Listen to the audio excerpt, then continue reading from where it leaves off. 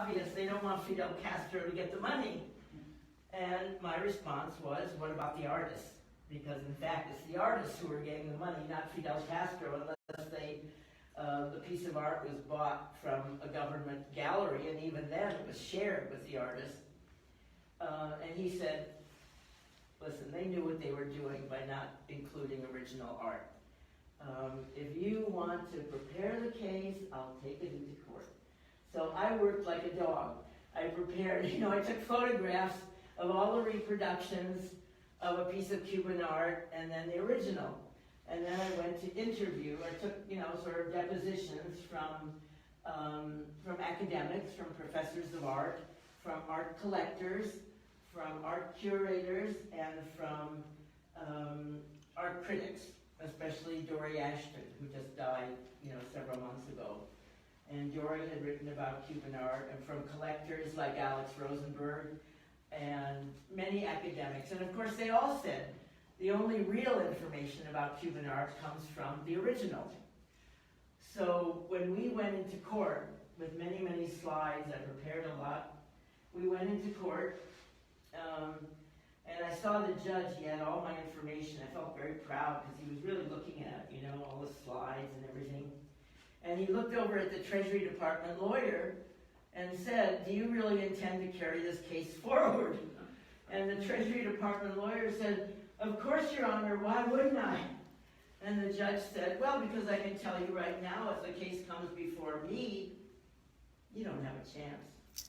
And the Treasury Department lawyer surrendered on the spot and did more than I would have hoped for, because we got not only the right to bring in the Cuban art, but to keep it here and to sell it. They could have argued if they wanted to, fine, you can bring it in for an exhibition, you can show it because it's the real information, but you have to send it back. But they didn't do that. Treasury even provided a license, which you can get if you're a gallerist. And you can go to Cuba for no other legal reason than to purchase Cuban art, unless Trump changes it. You can do that. So that was a big victory. It was a big victory. And then we started bringing in even more art, and we didn't have the money to open our own gallery at the time. The case was won in 1991, but in 1999, we went to Hollywood, had a big one-night fundraiser with all the people who had supported us, and we raised $50,000 in that one night, which was enough to take some space in the building we were in and open our own Cuban art space. So that's when we started having shows. And since 1999, we've done more than 150 separate curated shows of Cuban art, most of them in New York, but occasionally elsewhere. This is the first one we've ever done in Minneapolis. We don't get a chance to do them in other cities very often. We did a big one in Los Angeles 2 years ago, a small one in Seattle about 1.5 years ago. We've done one in Washington, a couple in Boston, but usually close to the New York area. This is the most we've ever shipped away. We've got about 400 pieces of art here, and some that aren't on the reason I wanted to start here was that what we tried to do in this room was to give you a sampling of what the whole show is about. Obviously, we decided to do the show because of the Walker Show. I'm very much opposed to the way the Walker Show was put together. I'm very much opposed to the way it's been presented. I don't like the fact that it's called Adios Utopia, because I know that Fidel Castro never even pretended to be putting together utopia. He was trying to build a socialist society, and in no way do the Cubans who support the revolution say that utopia was what they were trying to do and that it's over. And I also don't like the fact that much of the information about the art that's come out has a tone of being anti-Cuba, or that the artists in Cuba have a very difficult time. I think what they've done is present, as they said, as one of the curators said in one of the panels, that we were not pretending to do anything else but present a dissident artistic view of Cuba. So I thought it was important at this time to show a non-dissident perspective, including many of the artists who are at the Walker. So what this room represents is we divide the show into 5 categories. The same artists who are at the Walker, poster art, photography, self-taught art, which of course you never see in any museum that's showing a country's art. They seldom show unless it's Haiti. And the 5th category, simply contemporary art in Cuba that is not in the Walker. I mean, for example, Alberto Lescay is one of the most well-known Cuban artists. He's mostly known for his sculpture, but also for his painting. He's from Santiago de Cuba. And this is another aspect of museum shows, and in general, when people talk about Cuban art, they usually only are talking about the art of Havana. And that's why all artists in Cuba feel they almost have to move to Havana, because otherwise their art is not shown in the galleries of Havana. So one of the things that we've always tried to do, for example, in our trips to Cuba, our art trips, we try to go all across the country, because there is phenomenal art. And in fact, Gerardo Mosquera, the one who put together the Adios Utopia show, we once had a wonderful experience with him. We did our first art trip in 1995, I think, 1996, inspired by Olga Hirshhorn, who was a friend of mine. And she said, why don't you do an art trip? I said, oh, great idea, an art trip. And so I remember that first trip, there were 31 or 32 people. We were in a big bus, and we went all across the country.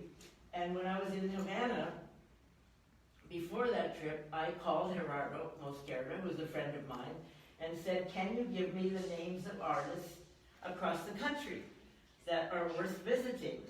And he said, I don't know that many, but I think that I can give you the name of at least one in every city. And, you know, because the artists all work very much together, if you have one contact, I'm sure you'll find the others. And so we were on that trip, and we were in Holguin, which is a city on the northern coast. And we were in this, you know, really awful Russian-style hotel. And there's Gerardo Mosquera. And he said, oh, wow, can I ask you a favor? We had 2 buses, actually. We had 2 buses for the 30-some people. He said, since you have buses, I have heard that there is an artist, a self-taught artist, who is a sculptor, and she lives in this town about an hour away in the woods. Would you be able to take me there? And it would probably be very interesting for your group too. I said, great, everyone agreed it would be wonderful. So we started out about 4 in the afternoon going through woods. And, I mean, it was just an impossible kind of ride, bump, bump, bump, and it was in the middle of nowhere. And all of a sudden we come to this little clearing, a nice little house with a white picket fence and the artist's name on the front. And we walked into her house. She had never had anybody come to look at her art, ever, you know, except the people who lived in Holguin or Santiago de Cuba who knew about her. And what she had been doing for years, she was maybe 60 at that time, ever since she was a young woman, she had been doing sculptures, wooden sculptures, of important moments in Cuban history. It was like we were a band of locusts. I mean, the people in my group were going into her kitchen and taking things off the wall. Those are her things. I mean, she had one place, and she said, oh, I don't sell my things. And Gerardo spoke to her a little bit and said, you know, it would be very nice if you were willing to sell some. Anyway, every one of us left with one piece of art. And it was fascinating, you know, and what I'm kind of surprised at is that that person, who is a very well-known art critic, would not think to remember people like that when doing a show like Adios Utopia, because he was blown away by her art. There were certain things she wouldn't sell. She would not sell a sculpture of Jose Marti teaching a child how to read. I bought a piece that I think should be in a museum. It's on a platform. It has a group of Spanish soldiers standing with their rifles at the edge, and then in the middle there is, what do you call those things where you stick your head through a, you know, to be beaten, the stocks, exactly. So there's 3 slaves bent over with their heads through there, and the master with his whip standing behind them, and a whole line of slaves waiting to put their heads in the stock to be beaten. And that happened in Cuban history with slavery. And so it was an amazing experience. And but that was our very first art trip. And because Gerardo had given us the name of one artist in every city, we were starting in Santiago and Holguin and Camagüey and Cienfuegos, Trinidad, Havana, Pinar del Rio. We met a lot of artists on that very first trip. And it was an amazing experience. Anyways, because of the Walker show, we decided to do this. So one section, one category of our show is the same artist, different works of art, maybe not a different perspective, but works of art in our collection. Another category is the self-taught art. Another category, poster art. Another, photography.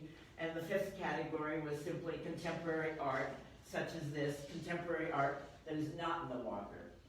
So, for example, Flavio Garciandilla, a very well-known artist who is in the Walker. He now lives in Mexico. He was married to Marta Maria Perez Bravo, who I think is also in the Walker. She also lives in Mexico, but they're divorced. This art was done when she was pregnant with their twins. And she found it to be a very heavy burden to be pregnant with twins. Another work she did at that time, she's lying down like this, but she has a very heavy brick on her head. So these were, and of course the twins. I said, you know, I remember talking to Marta Maria when her twins were 16, they're both girls, and I said, what do they think about the art that you did when you were pregnant with them? She said, not much. But these are all really good examples of poster art. I mean, we've got many, many more posters, but I wanted you to see some of them. This is, of course, one of the most famous posters. It was done by Alfredo Roscard, and it was done for the Protest Song Festival at a cultural center in Cuba called Casa de las Americas in August of '67. Casa de las Americas was so called because at the very beginning of the revolution, Aide Santa Maria, one of the original and one of the few women revolutionaries known to have been fighting with Fidel and the others, she said, I want to start a cultural center for the Americas, including the United States. And it was always intended, I mean, they never thought that the United States would cut off all contact, would impose a blockade, would not allow people to travel. I mean, when the revolution began, they clearly thought that the United States would be supportive. You know, in a way, they thought they were doing the same thing as the American Revolution. Why not? Except we were fighting, except they were fighting against us. So, well, you know, didn't see it in quite the same way. That poster became famous throughout the world, really. In Chile, it became the symbol for the protest music art in Chile after the coup against Allende. In Europe, it became the symbol for protest art and protest music. It was used in a lot, just ripped off, you know. Even we ripped it off.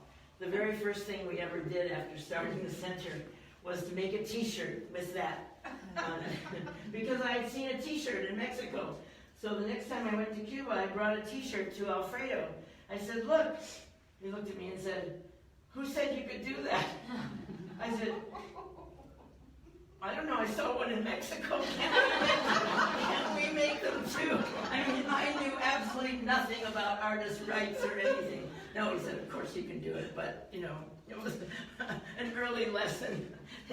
But people still, if you will How many of you have seen the show at the Walker?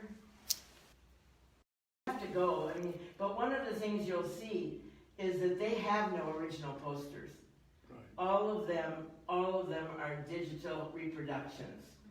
And I very much doubt that they got permission to do it, you know, because the show came from the museum in Houston, and Houston had asked us to lend our posters to them, and they had given us a list of about 150 posters, and we didn't have all of them, but we had most of them, and we said, but you know, if you're going to keep our posters for almost a year, you have to pay us something. Right. And the next thing we didn't hear back, and the next thing we knew, we got a little note saying, well, we're just reproducing the posters. Because I know they had to get permission to reproduce the Raul Martinez posters, because, and these two Raul Martinez did for us in succeeding years to celebrate the 26th of July in New York, you know, and he did these two posters for us of the three Ches and the Cuban people. Raul was someone who did exclusively abstract art before the revolution. He had worked for an advertising agency in Chicago where he went to school briefly, and he was one of the leaders of a group of abstract artists before the revolution. But after the revolution, he became very well known as a pop artist. And I remember asking him, you know, what made you change so radically? And he said, well, it's a revolution. And I wanted people to understand what the revolution was all about, and abstract art didn't speak to them. It's not literal enough. No, and I really wanted them to, and so, you know, all of these people here are people he knew. He took photographs. He was a very good photographer, as you'll see. That's our sort of Raul Martinez wall over there, and 3 photographs that he gave me are on the wall also, taken of his Committee for the Defense of the Revolution, the local CDR committees. And, you know, he said, I want to be able to, so he very often put the photographs that he took of his neighbors and friends and children of his friends into his paintings. He was the first one to make multiples of, like the Che over there, you see, and he became famous at first for making multiples of Jose Marti. And when art critics would ask him, well, why the multiples? And he said, you know, because these are people who are so important to Cubans that they see them in multiples. They see their many faces of Jose Marti. They see him as a poet. They see him as a fighter. They see him as someone struggling for independence of Cuba. And if you go to the one of the Arabic restaurants in Havana, you will see writings of Jose Marti on the wall, and one of them speaks of his love for hashish. And people say, I don't think the U.S. government would put George Washington's love of weed up on the wall. But, you know, there it is. This is, again, a very famous poster by Alfredo Rosgard in Vietnam, and this one by Elena Serrano, which I see the Walker is using and saying they got the permission from us, but we are not even in that position. We loaned them the actual poster, but I don't, you know, I think it's somewhat difficult. Elena Serrano is dead. These posters are done by the newest well-known poster artist. I like him a lot. I got to know him because of this one, which was done with Che and John Lennon. And then I think he became known to most people because of the Obama poster, which was done because Obama went to Cuba in March of 2016. I think it's terrific. And this one, the Cuba post-Castro one, which was the suggestion, there was sort of a fight in Cuba. When Fidel died, there was a line that a lot of people said, you know, we are all Fidel Castro now. And Eusebio Leal, the great historian of the city of Havana, said, that's ridiculous. nobody else is Fidel Castro. So there was a little fight about that. Can any Cuban be Fidel Castro? No. But, you know, it was a line that many people said. And then the Rolling Stones, of course, were in Cuba at the same time as Obama. Their concert was, and we were there. We were there because 500,000 people for a free concert. You went to the, wow. Yes, we were there. We were on a trip helping to celebrate my sister's 90th birthday. People in Minneapolis said, "Hey, Mimi, where do you want us to take you for dinner for your birthday?" And she said, "No restaurant, I want to go back to Cuba." So 14 of us went, and we traveled for 2 weeks across Cuba, and she had a birthday cake everywhere. It's true. Ate a lot of cake. Now, all of these 6 are all artists who are in the Walker. Ibrahim Miranda works almost entirely on maps, and he still lives in Cuba. Carlos Cardenas came to Cuba at our invitation in the early 1990s and never went back. But these were works that were done while he still lived in Cuba. Carlos Garacoa is a very, very well-known contemporary artist. These were, as you see, things from 1994 and 1995. He lives kind of between Cuba and Spain. Very, very talented photographer, graphic designer. He sort of does it all. He does installation art. Very, very good. And here, this little group is our group of self-taught artists. We're very lucky because in the Cuban Museum of Fine Arts, there are only 3 self-taught artists. They should have more. But as with most museums, they have a prejudice against folk art. I mean, you know, in New York, there's a folk art museum, but there's hardly any folk art in the Museum of Modern Art or in the Whitney or any other. But 2 of these, Isabel de las Mercedes and Bofill, are 2 of the 3 artists who are in. Bofill's the only one who's alive. Isabel de las Mercedes, who was almost illiterate, died at 85, maybe 12, 13 years ago. She lived in Cienfuegos and Remedios. And these 2 artists are contemporary self-taught artists. Sandra Dooley lives in the little town of Santa Fe, just outside of Havana. She's the only Dooley left in Cuba. Her grandfather came from the United States, met her grandmother, a Cuban, and never went back to the United States. So when I started showing Sandra Dooley's art, a friend of mine, Dick Fagan, whose book we have out there for sale, he found a bunch of old negatives from the 1960s and decided that he should write a little book about what the 60s was like in Cuba, because probably not many people know about it or traveled to Cuba then. He was a professor at Stanford. And he said, Sandra Dooley, she has to be related to the Dooley I used to dive with off the coast of Cuba. I said, she is indeed, she's his niece. And he now lives in Florida. And her father died, so she's the last Dooley in Cuba, but she is definitely Cuban. And I do have there's a little interview I did with her. She speaks English. She used to teach English, actually. And if you look on YouTube, the Cuban Art Space interviews, one of the interviews I have is with her. So it's quite delightful. And Magnolia, I mean, look at that pointillism, it's incredible. She lives in the town of Moa, which is the nickel mining town in Cuba. And she has been working with this group of self-taught artists that we work with in a small town called Maya, just outside of Santiago de Cuba. And she and her half-brother travel to Maya usually.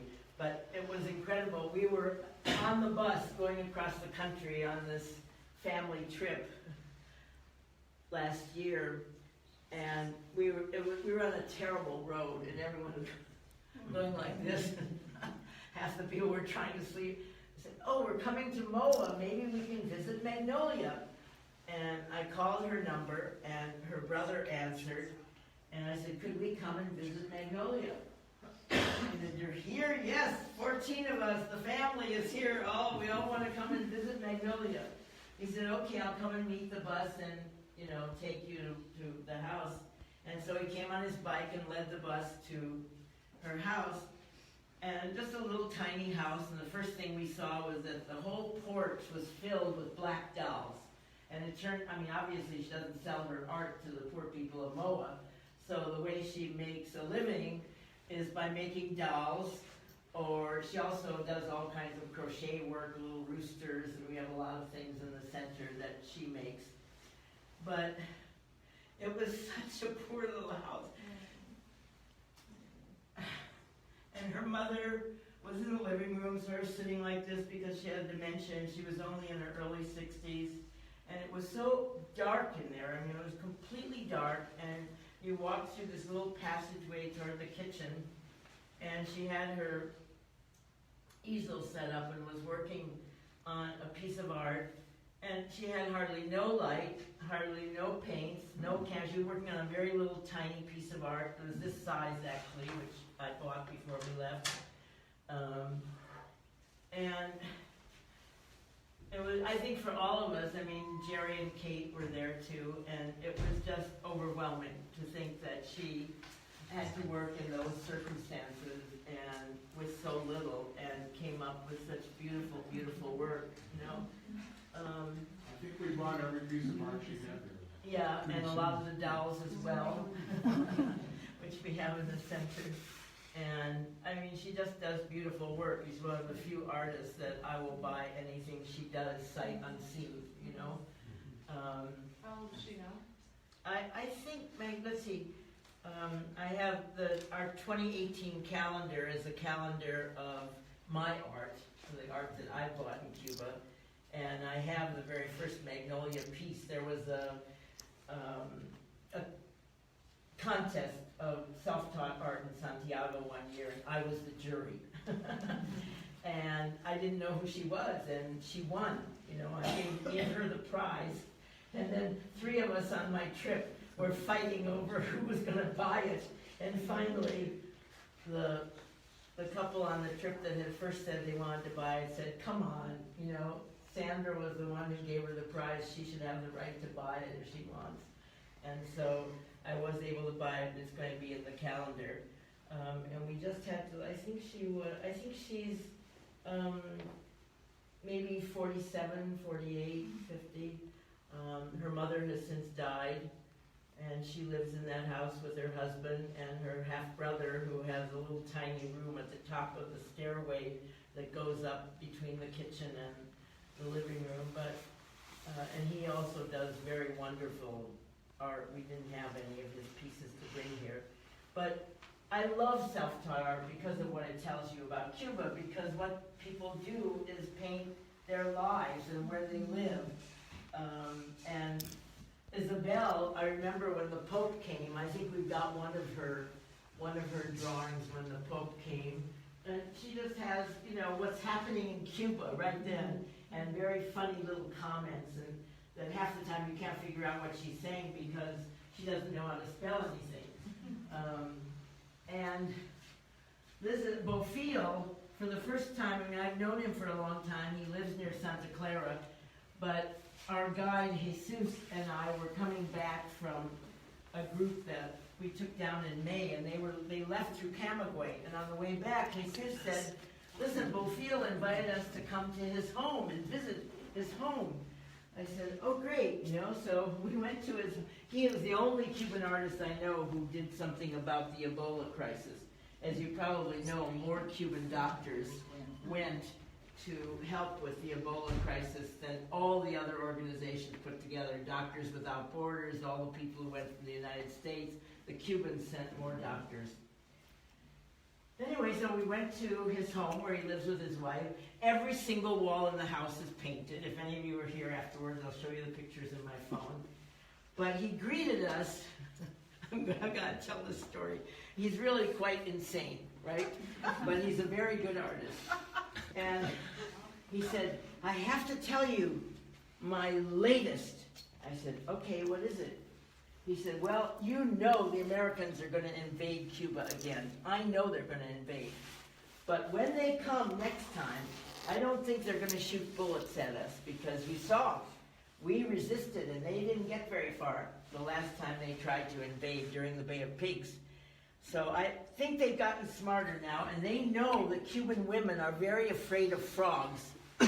So this time they're going to come, and with their weapons they're going to be shooting frogs at the Cuban population, which will terrify all the women, and they'll be running around and nobody will be able to fight back. But I have invented something that will kill the frogs the minute they come out of the guns. I just looked at him and said, really? Anyway, he's a terrific artist. So. And then this is the Raul Martinez. We took just a little bit from different periods. Well, I wanted to bring this beautiful abstract piece, and we somehow, at the end, we were so afraid to pack it because it had glass, it's framed, it's in my office. But if any of you come, well, I've got a picture of it. It's an absolute, because at the end of his life, he went back to doing abstract art. So the twin of it is in our calendar. It belongs to me. And the other one is in my office, and it's for sale. And I fully intend to bring it, and I think it appears in some of the publicity about this show. But for example, this is Raul here. Sometimes he put himself in it. So this is just representative of the kind of work and the leaders of the Cuban people. We had, in the Center for Cuban Studies, a huge one. You know, the original one, it was like this big. But 8 months after we opened, a Cuban exile put a huge plastic bomb in the center. And I was the only one working there. And the whole place blew up, except where I was sitting. So I was very lucky. But this poster was right across from the front door, and he put the bomb just outside. You know, we had a little hallway, but we hadn't locked the outside hallway door. So he got in to the inner door, and he put the bomb right outside the inner door, and it just went blank, right? Destroyed that poster, which is impossible to get in the original silkscreen that we had, but we have this as a little memento. He sometimes lent his talents to the Cuban Film Institute. He wasn't employed by the Cuban Film Institute. He was actually employed by the Instituto del Libro, the main book publishing company, and he did book covers. That was his job, you know. But he did this poster for Lucia, the Cuban movie by Humberto Solas from 1968, and he did this Che, which the Film Institute wanted to put out a Che. So he did this one. He did this one of Camilo Cienfuegos, who was another revolutionary hero who was killed in a plane crash, I think 1961. And of course the Cuban exile said Fidel killed him, that he arranged the plane crash because Camilo was so popular among the Cuban population that Fidel was afraid that he would take over, and so he had him killed. We, of course, do not believe that. But these were, this one was something that Raul did, this series of America and the discovery of America, and very much tied up with the 500th anniversary of the discovery of America and all of the problems of Native Americans and what was going on. He did a whole series then. But these were always, these prints, he always cared very much about doing things which showed his friends. As I said, he always took photographs. All of these people are real people. This one is simply called How Are You? And he gave that to Margot Lovejoy, who donated it to us just last year. We also have a copy, and it's just called How Are You? And he wrote it to Margot Lovejoy, was a professor of graphic design in New York, and he said, for Margot, a new friend. And this one was also for Margot and my sister Marion, Mimi also has one from him from that period. This was in '78. My sister went to Cuba the first time in 1980 with a group from the University of Minnesota. Of course, she wasn't part of the University of Minnesota. We just, sort of included her. So this was the kind of pop art that Raoul did during the period of the revolution, and he worked very much with his local CDRs. He would do huge murals, and everybody would come to celebrate the mural because they were in it. Everybody was always in it. I don't know if I put up, this is from our calendar we did a couple of years ago, and Karina is the main curator of Cuban art, and this is Raoul. This is a very early issue of the magazine Revolution and Culture. That was the art magazine in Cuba, the cultural magazine. Here we've got some more Isabel de las Mercedes. Anyway, that's what we wanted to do here so that you'd have an idea of the 5 categories of art that we were working with. This is a Cuban self-taught artist named Maderox. His name is Jose Madero Sigler. He only works at night. He says the reason is that he suffered some illness like measles or something when he was a child, and he became terrified of the dark. So now he sleeps during the day and he does his artwork at night. And he lives in a town called Batabano, and that's why they're called Bat. He uses all kinds of materials. These two are done by Jose Fuster. Those of you who have gone to Cuba know about Fuster. He has completely redone a town. The town of Jimenitas is filled with his ceramic sculptures, his ceramics, his paintings. It's amazing what he has done. And we have several examples of his work here. I know that many of you who have gone it's an amazing town. So when you go to Cuba, you have to go to Fuster's because you won't believe it, really. Yeah. He's got a whole corner dedicated to Chavez.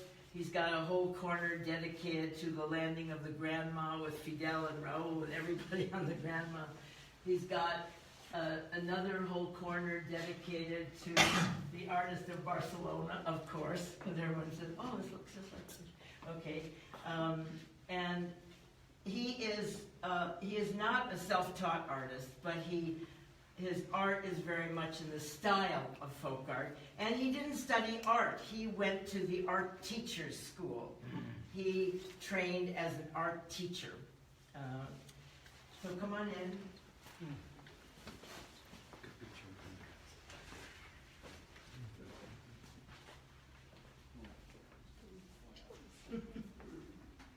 Here are some more Bofios, who invented the frog destroyer.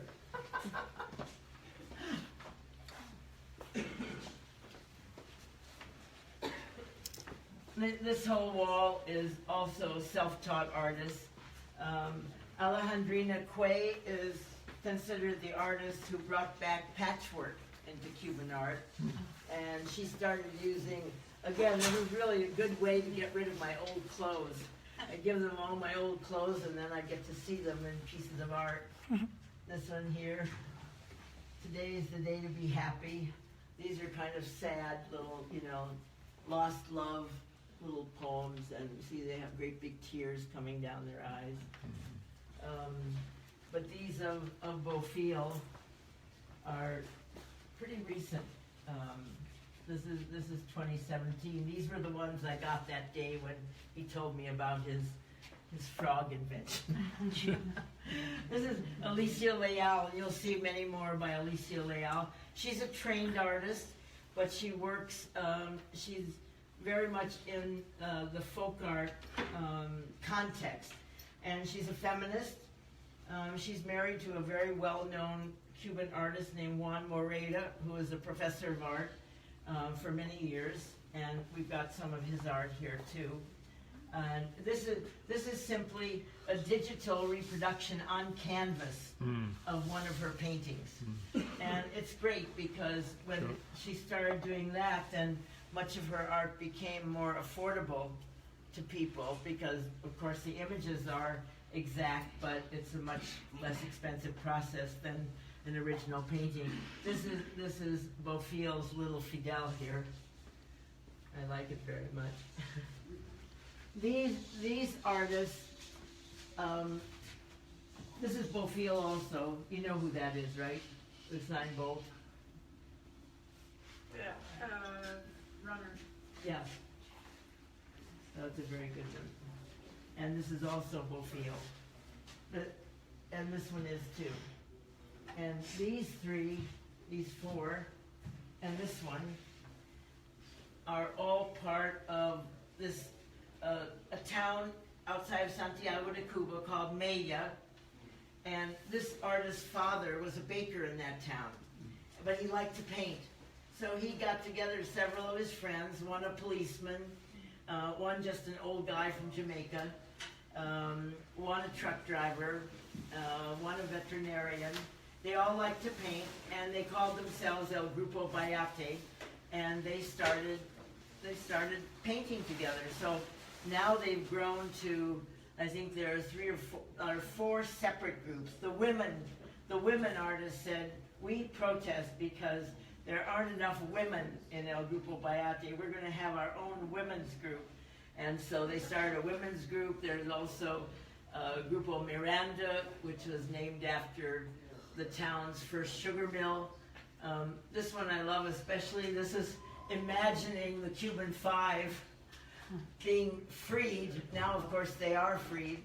So this is a terrific one. Roberto Torres Lameda is one of the oldest members of El Grupo Bayate and one of the best. I think he's just incredible. You know, and you see the classic distortion of perspective, which we like, right? This is also his down here. This is Isabel de las Mercedes almost always worked in black and white, but she did some ceramics, which I have several of her little bowls in my house, and she did some works in color and even did some prints. So those are all self-taught artists, as is this wall. This is Sandra Dooley that you saw in the other one with the socks. This is one of my favorites, of course. But I love it. You know, this is Sandra flying over the city using a collage of the Communist Party newspaper and various letters, and this is Sandra Dooley. This is Isabel de las Mercedes. Carlos Cesar is an artist who uses all found materials in his art and has done a lot with Fidel. This is his, as is Fidel here with the razors as his beard. Very terrific, right? And we have a lot of his. I have one with Fidel on a milking stool, and he's got the Cuban flag as a mousetrap on his ass, and he's got one of the, how do you say libretta in English? You know, the ration card, a ration card as his heart. But this is wonderful. It just says Hogar, you know, the home, and I am my own light. Isabel, this is another Sandra Dooley. It's called Always Santa Fe. Santa Fe is often hit by hurricanes, and although the wooden houses survive, the roofs often don't. And so when we first invited Sandra Dooley to come for her show, the profits for the show went entirely to help rebuild the roofs of Santa Fe. Yeah. And these are also Sandra. Now this is one of the true outsider artists that I know in Cuba. Outsider in the classic sense. The outsider artist is supposed to be, at the very least, an alcoholic, slightly insane, have been institutionalized, and has had absolutely nothing to do in any sense with the art community as such, or academia. So this is Wyatt Cohn, and this is Wyatt Cohn himself. He put his own picture in the middle of this t-shirt, and that's very good because now you get to see what he looks like as well. And he painted we have a whole book here which has a number of his. One day he came to me and said, "I have painted 100 paper bags for you." I said, 100 paper bags? I can't possibly carry back 100 paper bags. Oh, he said, they're little, they're lunch bags. And so sure enough, and we have them here. We have them, I maybe brought 10, I think. We started out with 100, I think maybe we have 35 left or something like that. And I brought a number of them here. They're fabulous, they're absolutely fabulous. And, he was an outsider artist, known in the United States, and the Outsider Art Fair every year featured him. He would be selling not for a few $100s, but for many, many, many hundreds of thousands. I mean, I think he's that good. And if you go to the Outsider Art Fair held every year in New York, and you see some of the well-known, usually from the South, American outsider artists, and you see a piece of paper this length, and it's $500,000. That's because they've been recognized and shown enough. And unfortunately, Cuban artists don't fall in that category. But he's fantastic. I think he's really, really unique and wonderful. And by the way, over here, we do an art calendar every year. So I brought some samples. For example, this one that we did from 2016, we did together with the Museum of Fine Arts. So all of the art in here is art that is in the Museum of Fine Arts. Many, many of which, of course, are at the Walker. And Laurel Marks, our graphic designer, and I took a really long time to choose the 53 pieces of art. Alexander Arachea is the cover. That was an installation he did. He lives mostly in the United States, but goes back and forth. He's an absolutely wonderful artist. And then this was a graphic design calendar we did, and we sort of took the graphic design from the early posters to the late ones. Oh, here's my first one that I told you about. This is my first poster that I ripped off the wall. It's great, right? Have no idea who did it. It's not signed, but it was a really wonderful poster. It said Moncada. We're all celebrating Moncada for Good Work Day, celebrate by working hard. So you should take a look through some of these. I think you'll find them very, very interesting. That one, and this year's calendar is dedicated to photography, and mostly contemporary young photographers. Really terrific. We don't have the 2018 calendar out yet because we didn't have any money to print it, but we're hoping to get it printed this week. I think there was one other calendar I had. Anyway, at least you can look at those. This was, by the way, we did one of the best known artists from El Grupo Bayate, Luis, who's called Luis El Estudiante Rodriguez. He calls himself a student of his father because he considered his father, the baker, to be the teacher. I said, listen, you're in your mid-40s now. I think you could start calling yourself just Luis Rodriguez. No. I still consider myself a student to my father. So we've got these around for sale. But these were 8 different paintings that he did. That was our first group of note cards that we did. Here